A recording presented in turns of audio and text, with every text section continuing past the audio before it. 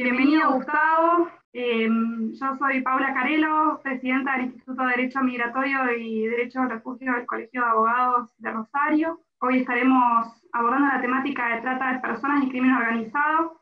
Tenemos un expositor brillante en la materia, con una interesantísima y larga trayectoria. Gustavo Javier Vera es docente de primaria de la escuela pública, es miembro fundador de la Fundación Alameda por la lucha contra el trabajo esclavo, que surgió como centro comunitario y asambleario, creado en el marco de la crisis del 2001. Fue la sede del primer centro de erradicación de migrantes de nuestro país en el marco del programa Patria Grande. En el año 2008 impulsó el CDI, Centro Demostrativo de Indumentaria, más conocido como Polo Textil, una de las pocas políticas públicas diseñadas especialmente como una alternativa a la explotación laboral en talleres clandestinos. En 2010 organiza la red No Chains, un conjunto de cooperativas textiles provenientes de Tailandia, Indonesia, Hong Kong y Argentina, que conforman la primera marca global libre de trabajo esclavo. Ocupó del año 2013 al 2017 una banca como legislador porteño, presidió la primera comisión especial dedicada exclusivamente a la trata de personas y delitos conexos en el ámbito legislativo. Además, desde el 2013 coorganizó y asistió a distintos coloquios en la Pontificia Academia de Ciencias del Vaticano. Fue recientemente designado titular del Comité Ejecutivo para la Lucha contra la Trata y Explotación de Personas y para la Prevención y Asistencia a las Víctimas de la Jefatura de Gabinete de Ministros de la Nación Argentina. Gustavo estará disertando en el día de hoy sobre la temática trata de personas y crimen organizado, realizando un diagnóstico de la problemática actual en nuestro país y abordando los principales problemas en relación a lo que es prevención, asistencia a víctimas y persecución del delito, los delitos. Contamos con la participación y la presencia de personas de diferentes instituciones, académicos, abogados, miembros del cuerpo policial y fuerzas de seguridad. Esperamos poder abordar de manera global, lo más extensa posible en el breve tiempo que tenemos de intercambio. Vamos a darle lugar a Gustavo a que presente esta temática. Sin más, Gustavo, te damos la palabra. Bienvenido y muchas gracias por estar aquí hoy con nosotros. Bueno, Paula, muchísimas gracias por la invitación y agradezco también a las compañeras y los compañeros del Instituto Migratorio y por el Derecho al Refugio. Es un honor poder charlar con ustedes. Vamos a tratar de abordar el tema desde lo que está ocurriendo hoy y desde las dificultades prácticas que hemos tenido en estos años en el combate contra la trata. En primer lugar, el título no es casual, trata y crimen organizado, porque los convenios internacionales hablan de delitos transnacionales, justamente. Ustedes saben que el tráfico de armas, el tráfico de drogas y la trata de personas son los tres delitos más graves, digamos, que se cometen a nivel internacional, y técnicamente se los ubica como crimen organizado porque para poder desarrollar esos delitos se requiere de una logística, incluso transnacional, y habitualmente suele existir complicidades de alguna manera en algunos sectores del Estado para que existan zonas liberadas. No es lo mismo robarse una billetera en el colectivo que traficar personas desde un país a otro, desde una provincia a otra, para someterlas a una explotación sexual o laboral. Todas las convenciones internacionales que ha suscrito la Argentina lo ubican como un delito transnacional y obviamente tiene una finalidad económica. Es una forma de acumulación mafiosa de capital. Y si bien hoy se lo llama nuevas formas de esclavitud, en realidad son viejas formas de esclavitud que existen de alguna manera y que en el capitalismo han tenido una importancia no menor, digamos, en determinadas formas de crecimiento de algunos imperios en algunas situaciones concretas. Ustedes recuerden, por ejemplo, que en el nacimiento de la Inglaterra capitalista, una de las palancas de acumulación mafiosa de capital fue la esclavización de todo el continente africano.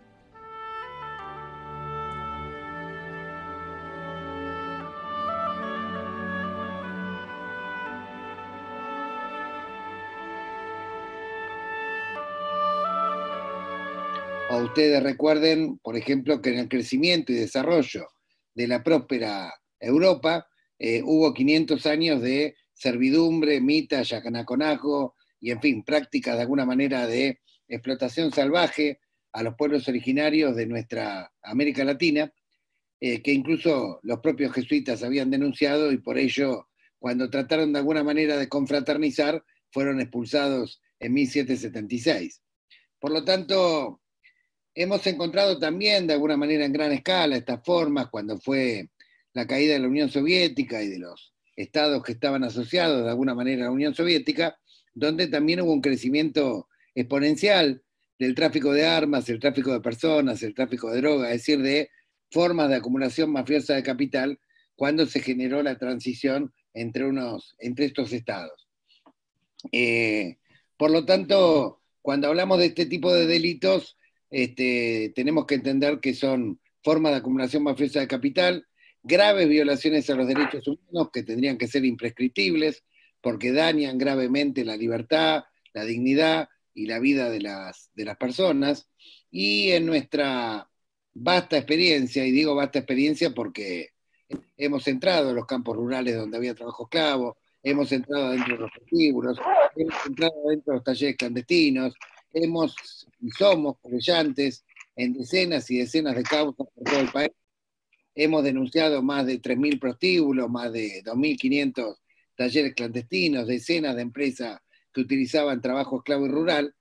Por lo tanto, hablamos con un conocimiento que nos da de alguna manera no solamente el conocimiento jurídico de la situación, sino también el práctico, y el haber de alguna manera encontrado en todas estas situaciones, en general, niveles de complicidad estatal que hacían posible de alguna manera este tipo de explotación. En segundo lugar, es un error circunscribir la trata exclusivamente a la trata con fines de explotación sexual. La trata es algo mucho más amplio. Abarca también la trata con fines de explotación laboral, abarca el tráfico de órganos y tejidos, y abarca también la venta, de bebés y de niños. Por lo tanto, como por trata laboral de alguna manera es un amplio espectro que tiene que ver con personas, seres humanos, que son captados mediante violencia o engaño, que son sometidos a diferentes esclavitudes de tipo laboral o de tipo sexual. En la Argentina, en los últimos años, estuvo prácticamente ausente el combate a la trata laboral por intereses políticos que tenía el gobierno anterior.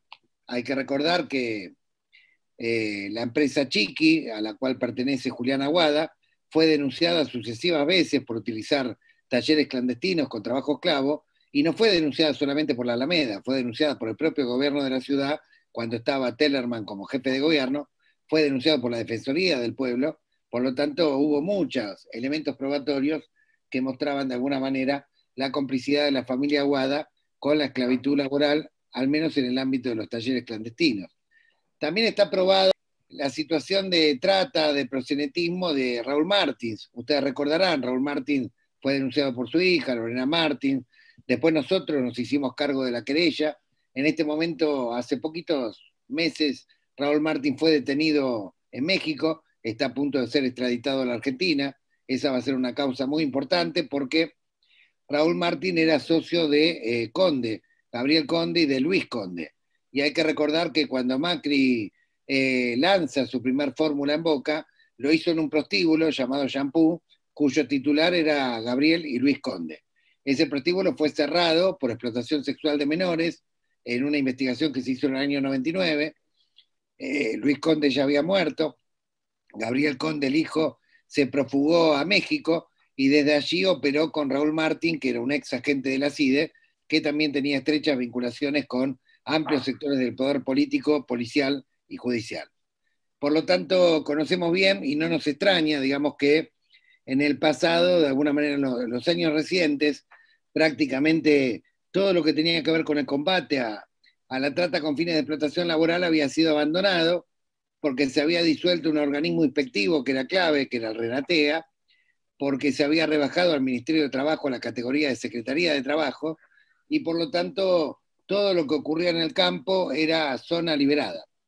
Entonces no es extraño que en estas 2 semanas, nada más que 2 semanas, por primera vez en la historia, desde que se sancionó la trata de personas, la ley de trata contra la trata de personas, primero en el 2008 y su reforma en el 2012, en estas 2 semanas es la primera vez en la historia, desde la sanción de la ley, que las denuncias de trata laboral superan ampliamente a las de trata sexual.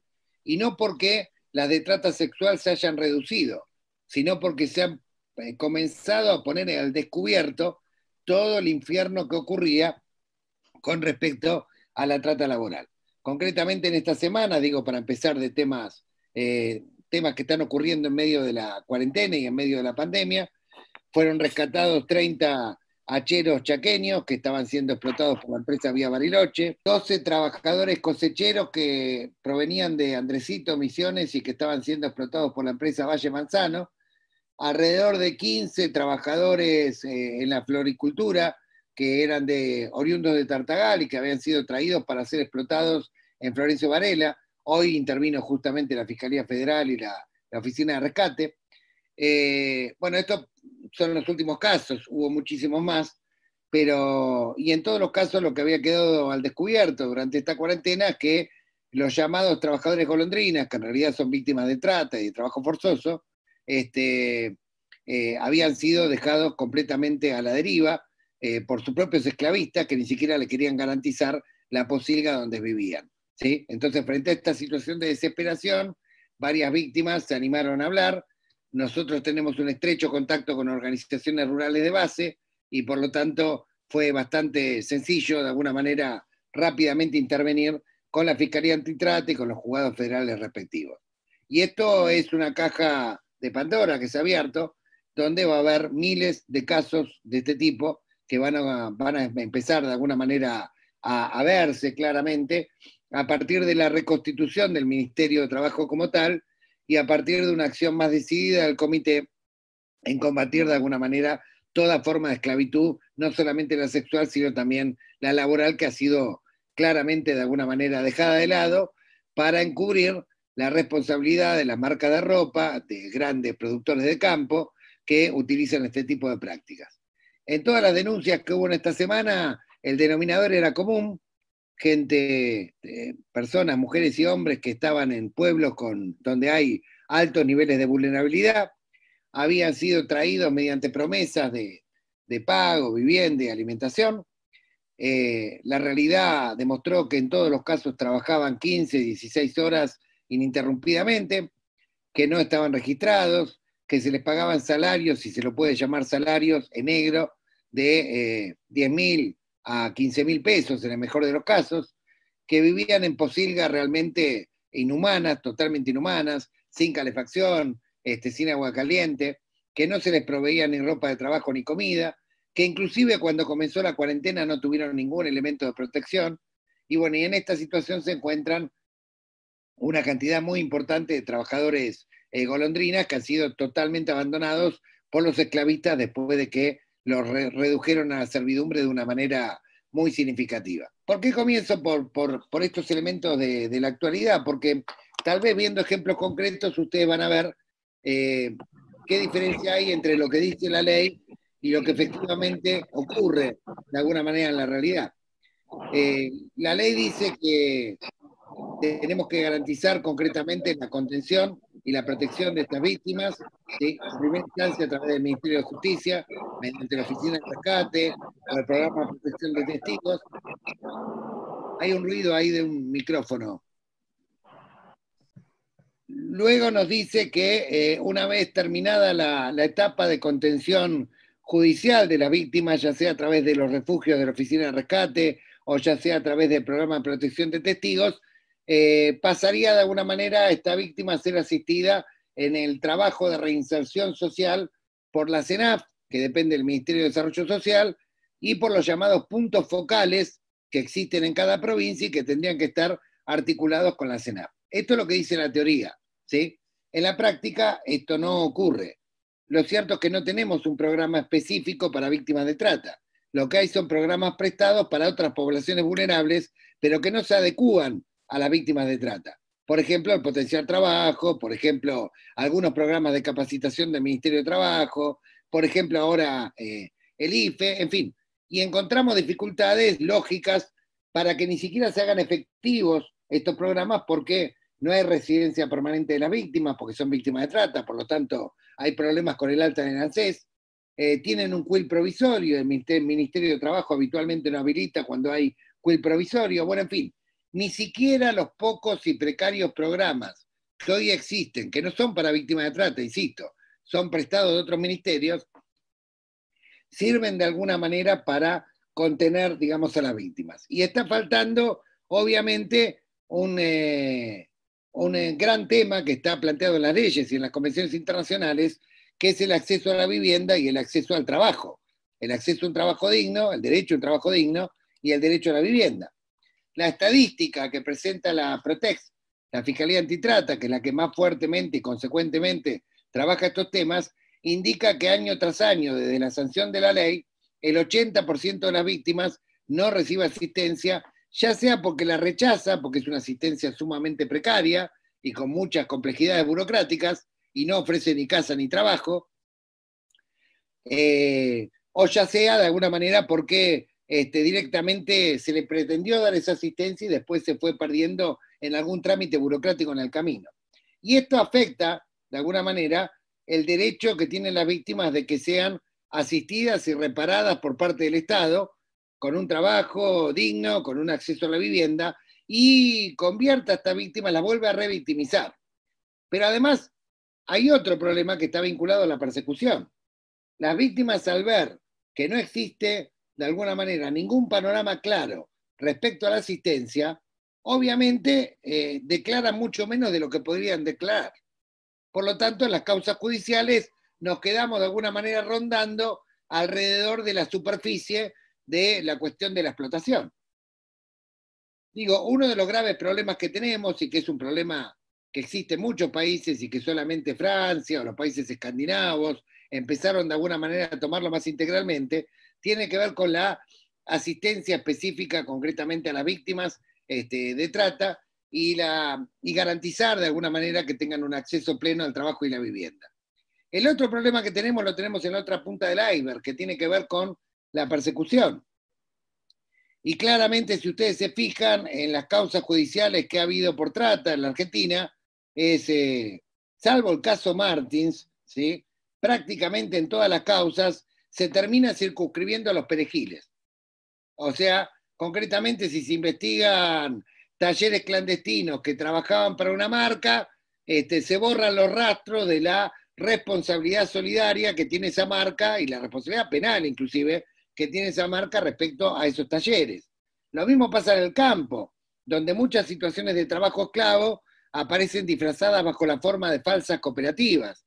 Yo recuerdo, por ejemplo, denuncias que hicimos a unas 25 empresas que explotaban niños y trabajadores migrantes en Mendoza, en la zona de Rodeo del Medio, Guaymallén, en el ajo, en la cebolla, y recuerdo que aparecían de alguna manera jurídicamente dentro de supuestas cooperativas, pero en realidad trabajaban para empresas grandes. Y esas empresas grandes obviamente habían hecho una especie de dibujo jurídico para tratar de zafar de la responsabilidad por si eran descubiertos con las manos en la masa.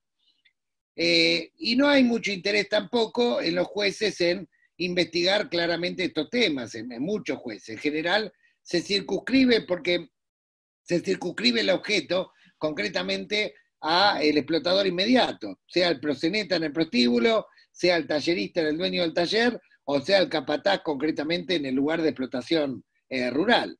Ustedes vieron que nosotros tenemos ahora un fondo de decomiso.